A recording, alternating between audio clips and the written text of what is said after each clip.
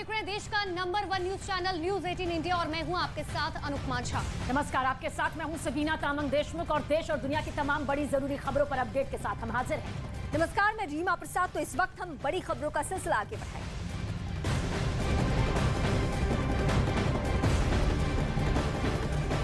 रूस और यूक्रेन महायुद्ध से जुड़ी हुई इस वक्त की सबसे बड़ी खबर आप तक पहुंचा दे। अमेरिका ने रूस पर लगाया युद्ध का अपराध का आरोप और ये भी कहा कि जंग के दौरान रूस की सेना ने यूक्रेन के नागरिकों का अपहरण किया है। अपहरण के साथ साथ उनको टॉर्चर किया गया। इस मामले में रूस के कई बड़े अधिकारी फंस सकते हैं। ये भी दावा है कि अब तक युद्ध में यूक्रेन के 6500 यानी कि 6500 नागरिकों की मौत हो चुकी है।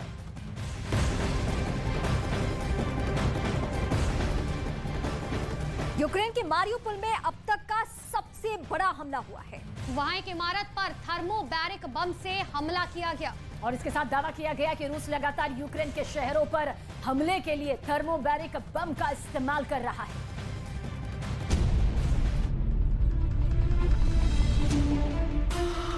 रूस यूक्रेन युद्ध के बीच एक बड़ा दावा सामने आया है। ये दावा एक ऐसे खतरनाक बम को लेकर है जो इंसान को भाप में बदल सकता है। दावा किया जा रहा है कि रूस ने यूक्रेन के मारियुपोल में भाप बम से हमला किया है, जिसका वीडियो यूक्रेन की मीडिया ने जारी किया, जहां रूस की मिसाइल ने ऐसी तबाही मचाई कि वहां की बिल्डिंगें मलबे के ढेर में बदल गईं। यूक्रेन के एक चैनल के मुताबिक मारियुपोल पर अंधाधुंध मिसाइल अटैक हुए और इनमें भाप बम का इस्तेमाल हुआ। इस बम के बारे में दावा है कि इससे न सिर्फ इंसान भाप में बदल जाते हैं, बल्कि ये बंकर और टैंक को भी राख में बदल देते हैं। बताया जा रहा है कि ऐसा बम है जो धमाकों के साथ आग उगलता है, जिसकी वजह से बड़े बड़े हथियार और इंसान पल भर में भाप में बदल जाते हैं। धमाकों के साथ इससे इतनी गर्मी पैदा होती है कि इससे सब जलकर राख हो जाता है। यानी अगर इससे किसी सैनिक को निशाना बनाया गया तो उसका सिर्फ कंकाल ही बचेगा, क्योंकि पूरा शरीर जलकर खत्म हो जाएगा। अमेरिका इस तरह के बम को पुअर मैन्स न्यूक या पुअर मैन न्यूक्लियर वेपन कहकर पुकार रहा है, जिसे थर्मोबैरिक फ्लेम थ्रोअर कहा जाता है, यानी आग उगलने वाला दानव। यानी ऐसे हथियार जो ब्लास्ट के साथ ही इतनी गर्मी पैदा करता है जिससे सब जलकर तबाह हो जाते हैं। यूक्रेन इसी बम के इस्तेमाल का आरोप रूस पर लगा रहा है। तो जिस थर्मोबैरिक बम के इस्तेमाल का आरोप यूक्रेन ने रूस पर लगाया है वो कितना विध्वंसक है, अब आपको ये समझाते हैं।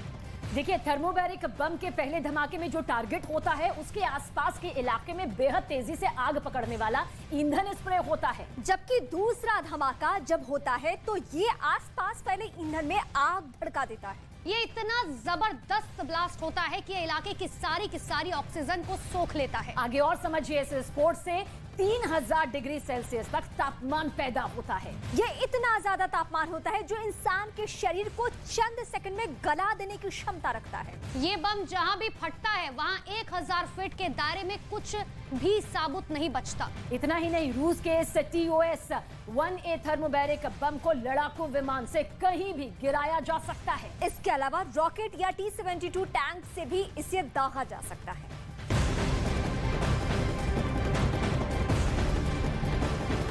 रूस यूक्रेन युद्ध से जुड़ी हुई इस वक्त की बड़ी खबर आप तक पहुंचा दे। इधर रूस ने यूक्रेन पर मिसाइल हमले का नया वीडियो जारी किया और जिसमें रूस की सेना के जवान सुखोई फाइटर प्लेन से हमला करते दिख रहे हैं। रूस ने यूक्रेन पर हमले तेज कर दिए हैं और रूसी सैनिक नए इलाकों को निशाना बना रहे हैं। यूक्रेन पर हवाई हमले का एक नया वीडियो सामने आया है, जिसमें रूसी सैनिक सुखोई विमान से हमला करते दिखे। रूस की तरफ से जारी किए गए वीडियो में 2 सुखोई विमान उड़ान भरते नजर आए।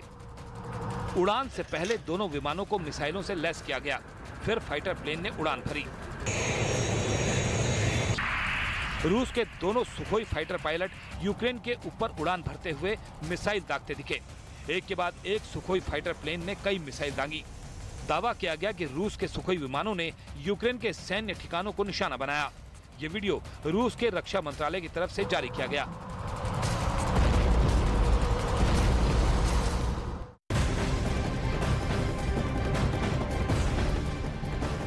हेरसोन को 9 महीने के बाद रूस से आजादी तो मिल गई, लेकिन वहां के लोगों को अब बिजली और पानी की समस्या हो चुकी है। वहां के हालात हर गुजरते दिन के साथ भयानक होते जा रहे हैं।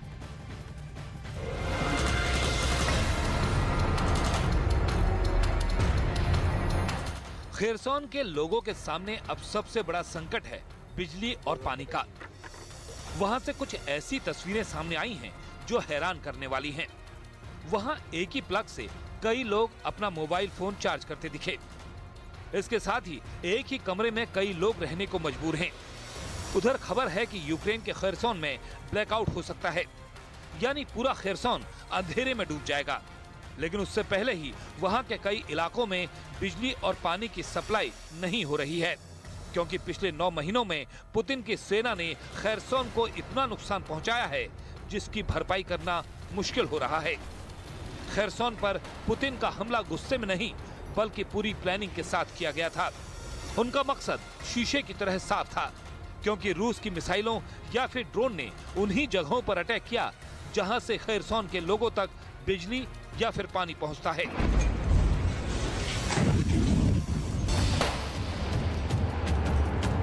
रूस ने जितने भी वार किए उनमें ज्यादातर खेरसौन के पावर प्लांट पर थे, और जैसे जैसे वहां के पावर प्लांट तबाह होते गए खेरसौन अंधेरे में डूबता गया। खबर है कि इस समय वहां के एक बड़े हिस्से में बिजली नहीं है, लेकिन इससे भी बुरी खबर यह है कि कुछ ही दिनों में पूरे के पूरे खेरसौन की बिजली गुल हो जाएगी। और परेशानी यह है कि पावर प्लांटों के तबाह होने की वजह से वहां रहने वाले लोगों को ठंड से बचने के लिए बिजली नहीं मिल पाएगी। इसी बात का पुतिन फायदा उठाने में जुटे हैं।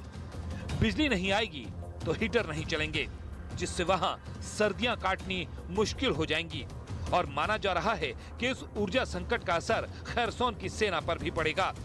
एक तरफ रूस से लोहा लेने के लिए यूक्रेन के सैनिकों के पास हथियार नहीं होंगे, तो दूसरी तरफ ठंड से बचने के लिए उन्हें गैस और बिजली नहीं मिलेगी, जिससे जवानों का हौसला पस्त हो जाएगा। उधर विश्व स्वास्थ्य संगठन ने चेतावनी दी है कि अगर खेरसौन का ऊर्जा संकट पूरा नहीं हुआ तो लाखों लोगों की जिंदगी खतरे में पड़ जाएगी। मतलब साफ है, खेरसौन का हाल ठीक वैसा ही होने वाला है जैसा दूसरे विश्व युद्ध में जर्मनी की सेना का हुआ था।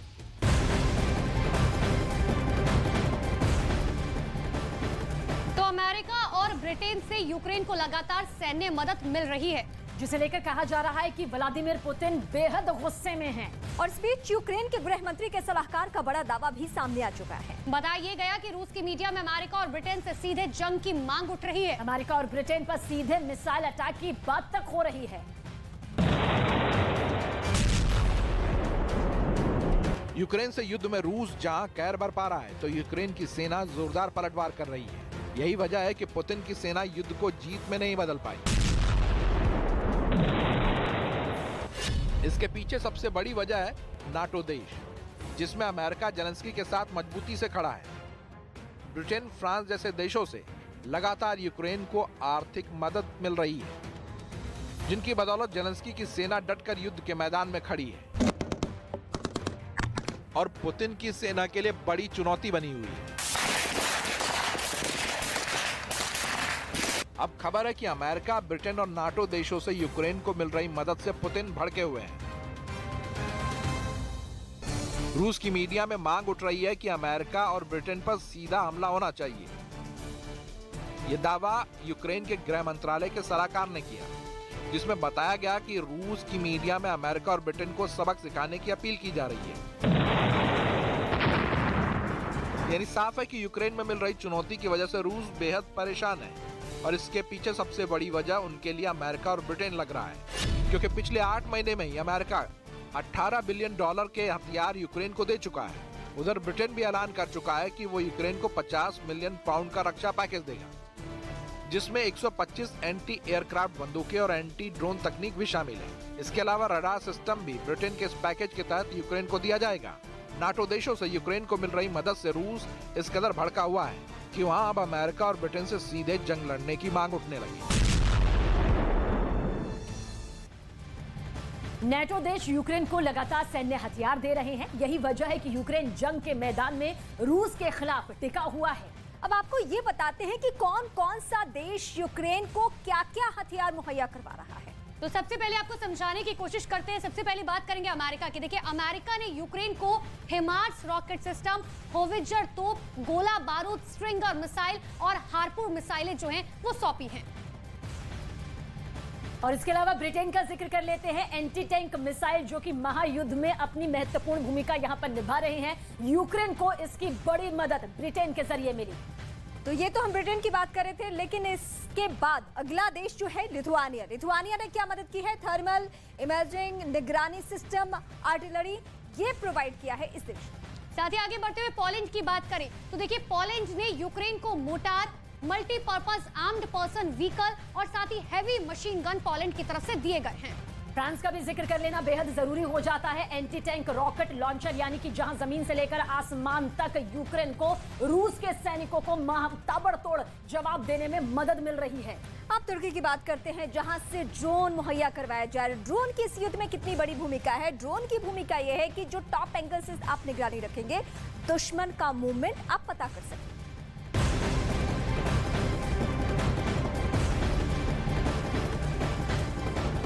और इस वक्त बड़ी खबर जम्मू कश्मीर से, जहां अर्निया सेक्टर में बीएसएफ के जवानों ने घुसपैठ की कोशिश को नाकाम कर दिया है।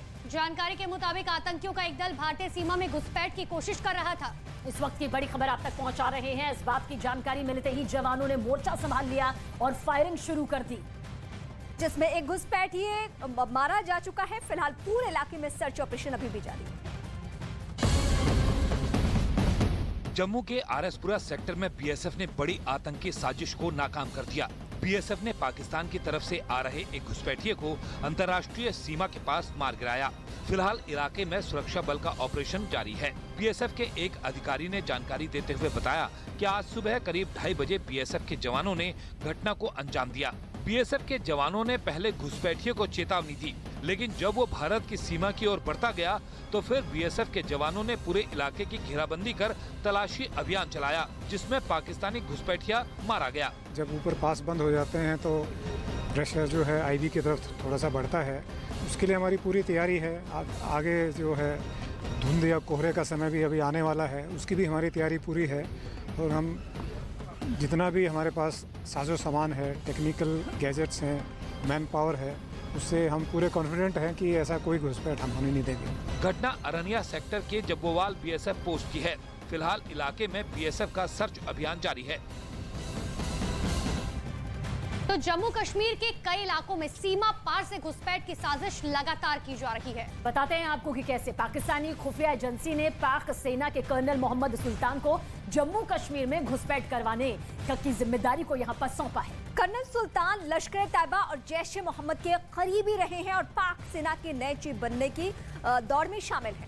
कर्नल सुल्तान की पीओके में मीरपुर, मुजफ्फराबाद और कोटली में अधिकांश तैनाती रही है। अभी हाल ही में उनको रावलपिंडी में एक कमांडो सेंटर की जिम्मेदारी भी मिली। और सूत्रों के हवाले से खबर तो ये भी कि कर्नल सुल्तान को सर्दियों में जम्मू कश्मीर के पुंछ, राजौरी और नौशेरा सेक्टर में ज्यादा से ज्यादा घुसपैठ की जिम्मेदारी मिली है।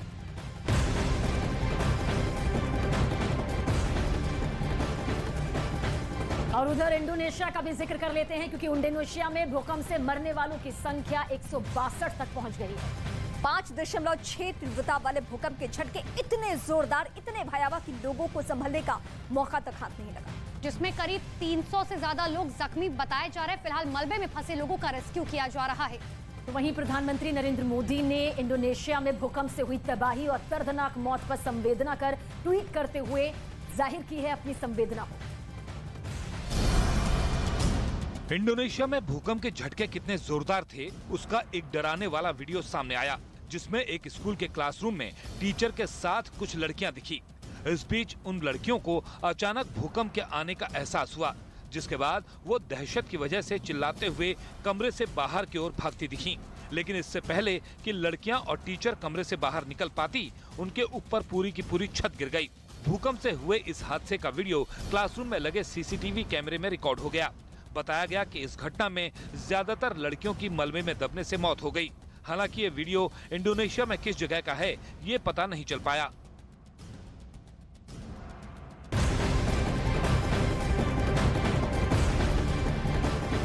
इंडोनेशिया में आए भूकंप ने लोगों का सब कुछ तबाह कर दिया है। घर, मकान, दुकान सब मलबे में तब्दील हो गया। आशियाना छिनने के बाद लोग दहशत में हैं और प्रशासन से गुहार भी लगा रहे हैं ताकि उनकी मदद यहां पर की जा सके। इंडोनेशिया में आए भूकंप की तस्वीरें देख रूह कांप जाए। भूकंप से कई मकान जमींदोज हो गए, खिड़की दरवाजे सब टूट गए। जिधर देखो मलबा ही मलबा नजर आया। हालांकि तेज भूकंप के बाद राजधानी जकार्ता और जावा समेत आसपास के इलाकों में लोग दहशत में बाहर निकल आए। इमारतों को खाली करवा दिया गया। भूकंप की तीव्रता 5.6 थी और इसका सेंटर जावा के सियांजुर में था। भूकंप के बाद जो वीडियो सामने आया उसमें टूटी हुई इमारतें, मलबा और क्षतिग्रस्त कारें नजर आईं। कुछ लोग मलबे में अपना सामान तलाशते नजर आए। जिन लोगों के आशियाने छिने वो भी दहशत में हैं। प्रशासन की राहत और बचाव टीम घटनास्थल पर पहुंचकर प्रभावित लोगों की मदद कर रही है।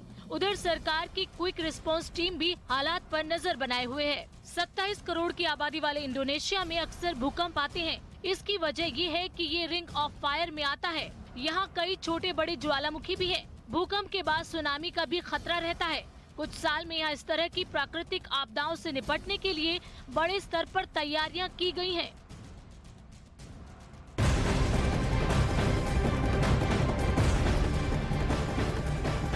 और एक बड़ी खबर आपको बता दें, Delhi police commissioner Sanjay Arora Hauz Khas DCP office पहुंचे हैं। जानकारी आप तक पहुंचा दें कि श्रद्धा मर्डर केस से जुड़े मामले में पुलिस की इन्वेस्टिगेशन यानी कि तफ्तीश के बारे में जानकारी यहां पर लेंगे, क्योंकि इस पूरे मामले को लेकर लगातार एक के बाद एक कई रिपोर्ट्स तैयार की जा रही हैं। और टॉप लेवल के सोर्सेज तो ये भी कहते हैं कि कुछ ऐसी चीजें हाथ लगी है, कुछ ऐसे सबूत इकट्ठा हुए हैं जिससे टीम को बड़ी सफलता, यानी जो पुलिस अभी इन्वेस्टिगेशन कर रही है उसको बड़ी सफलता हाथ लग सकती है। फिलहाल हौज खास की हम तस्वीरें आपको दिखा रहे हैं जहां कमिश्नर खुद पहुंचे हुए हैं।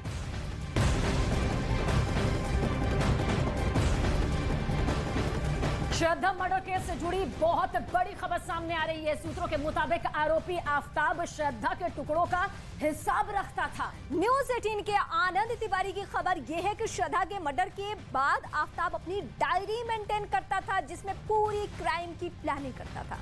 पुलिस को आफताब और श्रद्धा के छतरपुर वाले फ्लैट से एक डायरी मिली है जिसमें वो कत्ल की साजिश का रफ नोट बनाता था। सूत्रों के मुताबिक इस डायरी में आरोपी आफताब टुकड़े फेंकने की जगह के बारे में भी लिखता था। और इस बीच पुलिस की टीम छतरपुर के जंगलों में तलाशी अभियान इस वक्त चला रही है।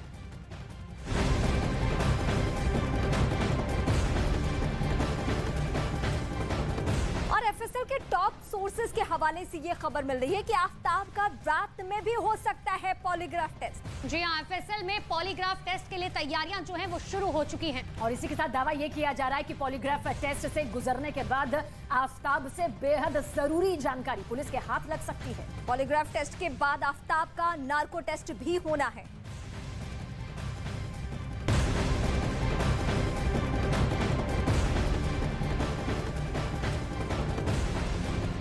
तो पॉलीग्राफ टेस्ट में बेहोशी के इंजेक्शन नहीं लगाए जाते हैं, बल्कि इसमें डॉक्टर ब्रेन मैपिंग करते हैं। और शातिर क्रिमिनल यानी कि अपराधी के दिमाग में आखिर क्या चल रहा है उसे मॉनिटर किया जाता है। अब आपको हम दिखाते हैं कि श्रद्धा मर्डर केस के आरोपी आफताब का पॉलीग्राफ टेस्ट होगा कैसे। आप देखिए, यथार्थ अस्पताल के डॉक्टरों का एक पैनल है और एक यहां पर पेशेंट हैं, और आप इसके जरिए समझने की कोशिश करेंगे कि नार्को टेस्ट जो आफताब का होगा कुछ इसी तरीके से होगा। उसमें एक इन्वेस्टिगेटिंग ऑफिसर भी होगा, यानी कि पुलिस के लोग होंगे, डॉक्टरों का एक पैनल होगा, अलग अलग विभाग के जो एक्सपर्ट होंगे अपने विभाग के, और वो उनकी निगरानी में नार्को टेस्ट किया जाएगा। लेकिन उससे पहले पॉलीग्राफ टेस्ट किया जाएगा। हमारे साथ में डॉक्टर रेणु पालीवाल हैं जो सीनियर डॉक्टर हैं और इसके बारे में बताएंगे। सबसे पहले मैम ये बताइए कि पॉलीग्राफ टेस्ट और नार्को टेस्ट में क्या फर्क होता है? नार्को टेस्ट में जैसे कि हम मरीज को कॉन्शियस लेवल जो उसकी चेतना है उससे नीचे लाते हैं, क्योंकि नॉर्मल जो एक आम इंसान होता है जब वो कॉन्शियस होता है, जिसे हम कहते हैं जैसे नॉर्मल की तरह से, तो वो नेचुरली झूठ बोल सकता है। पर जब हम उसको इसमें हम कुछ दवाई देते हैं जिससे मरीज, आप समझ लीजिए एक आम भाषा में एक बेहोशी की अवस्था में जाता है। मतलब वो कंप्लीट बेहोश नहीं होता, पर वो एक बेहोशी की अवस्था में जाने के बाद पर आप उससे कुछ पूछेंगे तो बोलेगा, उसके इनिबिशंस खत्म हो जाते हैं। मतलब उसका अपना ब्रेन पे कंट्रोल लूज होने लगता है। जैसे से आप मरीज को बेहोश करते जाते हैं, मरीज होश में आपको लगेगा, पर अंदर से उसका ब्रेन पे कंट्रोल जाता है, तो जो आप पूछेंगे तो वो आपको जवाब दे सकता है। तो नार्को टेस्ट इसीलिए कि उसके दिल के अंदर या उसके दिमाग की परतों में क्या छिपा है, जो उसने किया है वही जानता है, तो वो शायद आपको सच उगल सकता है। तो इस वजह से नार्को टेस्ट है। पर क्योंकि कई मरीज जैसे कि बहुत प्रकार की दवाइयां लेते हैं, तो हम एनेस्थीसिया वगैरह भी देते हैं, तो हम देखते हैं कि उनपे काफी ज्यादा दवाई से असर नहीं होता। और वैसे हमें मरीज को वहां पर कंप्लीट बेहोश करना होता है, यहाँ हमें मरीज को होश में भी रखना है। तो कई मरीज क्या होते हैं कि आप दवाई देंगे तो वो आपको लगेगा कि बेहोशी में जा रहे हैं, पर वो उन्होंने अपनी इतनी चेतना खोई नहीं होती। यदि उन्हें चेतना खोई नहीं है, यदि उनका कंट्रोल है, तो वो नेचुरली तब भी बातें बना सकते हैं। यानी कि अगर नार्को टेस्ट किसी को हो रहा है, उससे पहले जो पॉलीग्राफ टेस्ट होता है, तो पॉलीग्राफ टेस्ट में क्या मॉनिटर किया जाता है? पॉलीग्राफ टेस्ट में उसका ब्लड प्रेशर, उसका हार्ट रेट, उसका ईसीजी, उसका ब्रेन की मॉनिटरिंग, उसका सारा कुछ करा जाएगा। क्योंकि यदि वो आपके सामने बातें बना रहा है, पर सपोज उसने खून किया, तो उसे अंदर से डर लगा, बाहर से उसने कहा कि मैंने नहीं किया, पर अंदर से उसके दिमाग में यदि एक सेकंड के लिए भी ये थॉट आया, तो आपके पैरामीटर्स जो है वो मूव कर जाते हैं। जैसे कि हमारे मरीज जब बेहोश होते हैं, सर्जरी चल रही होती है, तो बाहर से हमें कैसे पता चलता है? हम लोग अपनी सारे 6-6 घंटे 10-10 घंटे की सर्जरी कंट्रोल करते हैं, सिर्फ लाइक अ पॉलीग्राफिंग टेस्टिंग, क्योंकि हम उसके ब्रेन को अपने हाथ में कंट्रोल करते हैं। उसका heart and blood pressure according to उसके ब्रेन के लेवल में क्या चल रहा है वो शो करेगा। मरीज को दर्द है, मरीज बेहोश है, वो बोलेगा नहीं। यानी कि पॉलीग्राफ टेस्ट में मरीज, यानी जिसका मरीज की फिजियोलॉजी जिसे हम कहते हैं, और वो कुछ बोलता नहीं है, कुछ यदि पूछा वो नहीं नहीं भी जाता है। बोला, तो भी उसके ब्रेन में जो आपने सोचा, उसको दर्द हुआ, उसने बोला नहीं, बेहोश मरीज आईसीयू के अंदर है। इसीलिए मॉनिटरिंग चलती है all over the world is important, कि आपको मरीज तो कितने मरीज तो गूंगा भी हो सकता है, तो कैसे पता चलेगा कि मरीज को क्या हो रहा है? क्योंकि मॉनिटरिंग बताएगी।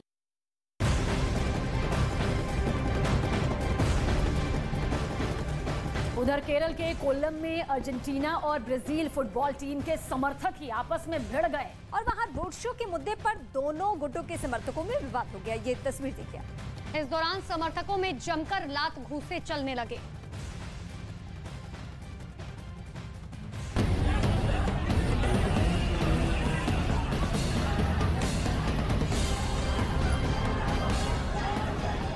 कोल्लम में अर्जेंटीना और ब्राजील फुटबॉल टीम के समर्थकों के बीच जमकर मारपीट हुई। पहले दोनों टीमों के समर्थक में बहसबाजी हुई, फिर ये बहसबाजी मारपीट में बदल गई। जिसके हाथ में जो आया वो उसी से दूसरे पक्ष को पीटने लगा।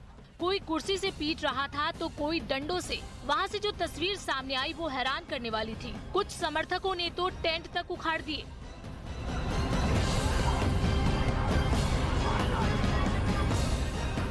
इस घटना का एक और वीडियो सामने आया, जिसमें पुलिस के जवान मारपीट कर रहे लोगों को समझाने और उन्हें अलग करने की कोशिश करते दिखे, लेकिन लाख कोशिशों के बाद भी वो नहीं माने और कई घंटों तक ऐसे ही बवाल होता रहा। बताया गया कि इस हिंसक झड़प में दोनों पक्षों के कई लोग घायल हुए। वहीं पुलिस ने मारपीट में शामिल लोगों पर केस दर्ज कर लिया है।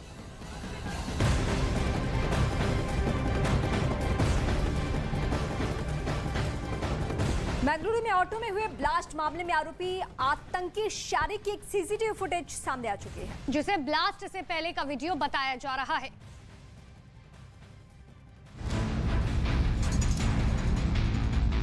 सीसीटीवी वीडियो में काले रंग का बैग लिए एक लड़का बाहर निकलता दिखा, जो कि सिर पर कैप भी लगाए हुए था। दावा किया जा रहा है कि वीडियो में दिख रहा शख्स मंगलूर में हुए ब्लास्ट का आरोपी शारिक है। वीडियो में वो अपने बैग में कुछ सामान रखते भी दिखाई दिया।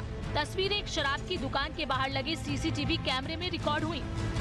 मंगलुरु में ऑटो के अंदर हुए ब्लास्ट के आरोपी शारिक की इससे पहले एक तस्वीर भी सामने आ चुकी है, जिसमें वो अपने हाथ में कुकर बम लिए खड़ा दिखाई दिया और उसके हाथ में जो कुकर दिखा उसमें कुछ इलेक्ट्रॉनिक तार भी दिखाई दिए।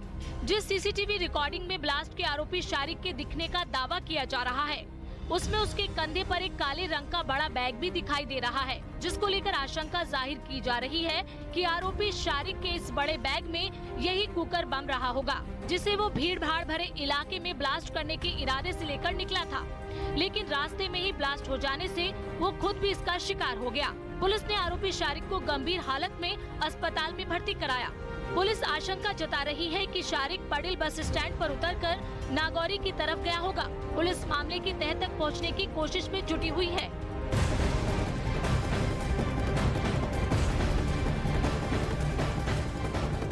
चीन के हेनान शहर में एक फैक्ट्री में आग लगने से बड़ा हादसा हुआ और हादसा कितना दर्दनाक है इसकी जानकारी आप तक पहुंचा दे। 38 लोगों की जिंदगी मौत में तब्दील हो चुकी है, जबकि कई लोग बुरी तरीके से जख्मी हैं। आग बुझाने के लिए दमकल कर्मियों को भारी मशक्कत करनी पड़ी।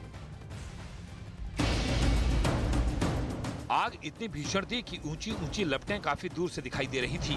पूरी फैक्ट्री आग की लपटों से घिरी नजर आई। वहां से आए वीडियो में देखकर ऐसा लगा मानो कोई ज्वालामुखी फट पड़ा हो। उससे निकलने वाले काले धुएं ने पूरे इलाके को ढक दिया। कुछ देर बाद हालात ऐसे हो गए कि वहां सूरज की रोशनी तक गुम हो गई और धुएं की वजह से घना अंधेरा छा गया। यही नहीं, भीषण आग ने आसपास के इलाके को भी अपनी चपेट में ले लिया। आग से वहां अफरा तफरी मच गई। इस बीच वहां मौजूद लोगों ने आग को बुझाने की कोशिश की, लेकिन आग इतनी भीषण थी कि उस पर काबू नहीं पाया जा सका। इसलिए घटनास्थल पर आग बुझाने के लिए करीब 200 से ज्यादा राहत कर्मी और दमकल की 63 गाड़ियों को लगाया गया। इन सभी ने भारी मशक्कत के बाद किसी तरह आग पर काबू पाया। हालांकि आग से पूरी फैक्ट्री जलकर राख हो गई।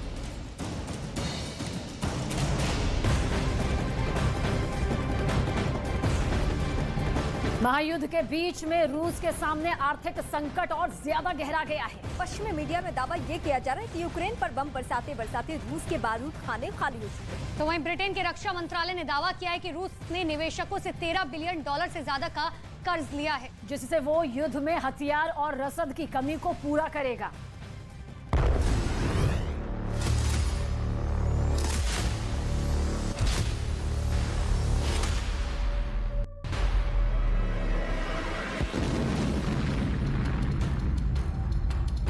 जंग के इस मैदान में रूस ने अपने सबसे घातक हथियारों से यूक्रेन की जमीन को छलनी करने की कोशिश की। मिसाइलों की बारिश कराई, टैंकों की धमक सुनाई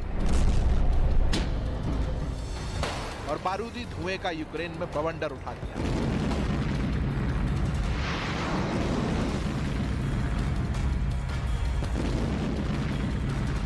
पिछले कुछ हफ्ते में युद्ध को धार देने के लिए रूस की सेना ने वो सब कुछ किया जिससे जंग में उसे बढ़त मिल सके, लेकिन बारूदी बवंडर उठते उठते रूस अब कर्ज के दरवाजे पर पहुंच गया।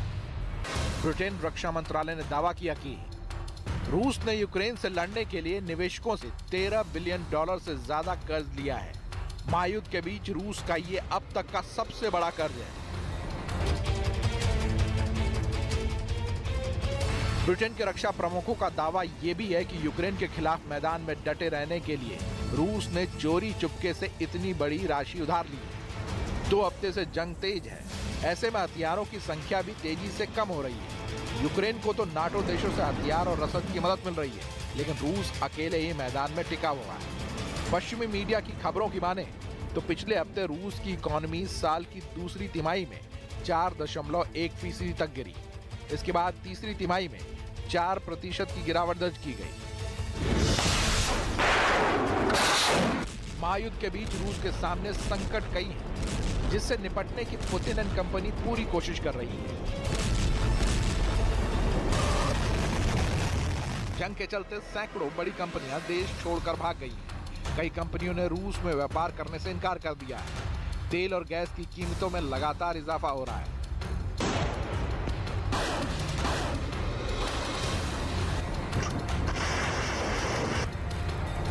ये इशारा करता है कि यूक्रेन से लड़ते लड़ते रूस का बारूदी खाना भी खाली हो रहा है और खजाना भी कम हो रहा है।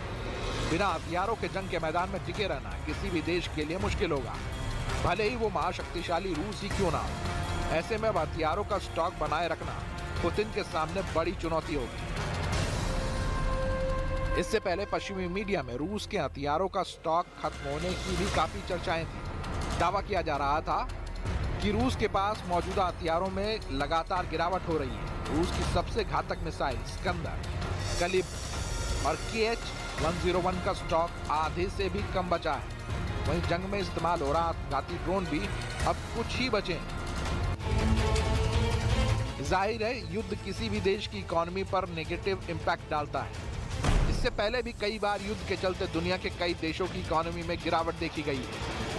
यूक्रेन को घुटने पर टिकाने पर मजबूर करने का सपना लिए पुतिन अपने सारे पैतरे मैदान जंग में इस्तेमाल कर रहे हैं। बारूद की कमी का संकट आने पर वो कर्ज भी ले रहे हैं और साथी देशों से मदद भी।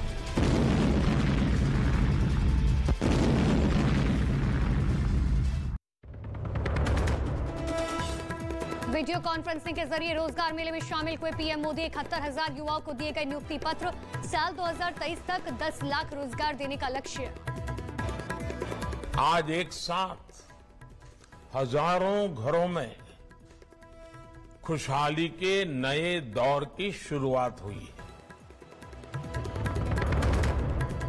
गुजरात में आज भी बीजेपी का महाचुनावी अभियान। गृह मंत्री अमित शाह की 4 जनसभाएं, बीजेपी अध्यक्ष जेपी नड्डा की भी 4 रैलियां। तिहाड़ में सत्येंद्र जैन मसाज मामले में बीजेपी का बड़ा आरोप। मसाज करने वाले को बताया रेप का आरोपी, कहा देश से माफी मांगे केजरीवाल। ये आम आदमी पार्टी नहीं है, ये स्पा मसाज पार्टी है। केजरीवाल को तुरंत बिना विलंब किए पूरे देश से माफी मांगे।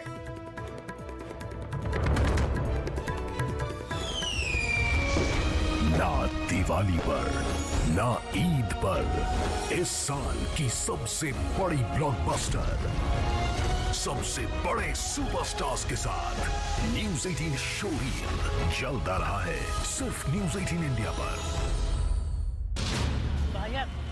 मोदी साहब 100% मोदी पूरे इंडिया में नहीं मिलेगा। प्याज के सब्जी आए तो और टेस्ट बढ़ गया। मोदी ऐसा है, मोदी मोदी